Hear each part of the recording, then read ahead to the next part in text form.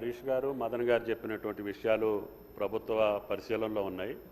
తప్పకుండా ఇప్పటికే టెక్నాలజీని యూజ్ చేయాలని గత ఖరీఫ్లో మాత్రం జియో పొలిటికల్ రీజన్స్ తోటి కేంద్ర ప్రభుత్వం సరైన సమయంలో సప్లై చేయలేదు. అందుకనే కొన్ని ఇబ్బందులు వచ్చి గత ఖరీఫ్లో రైతులు ఇబ్బంది పడ్డ మాట వాస్తవం.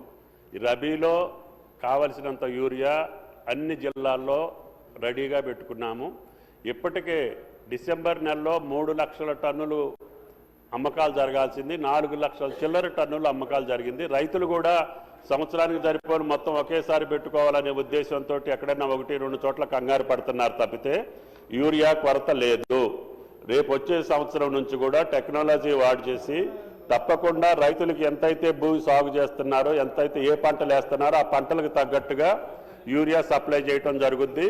ఈ సంవత్సరానికి రబీ కాలానికి యూరియా ఇంకా 2 లక్షల టన్నులు ప్రభుత్వం దగ్గర మార్కెట్ దగ్గర నిల్వలున్నాయి.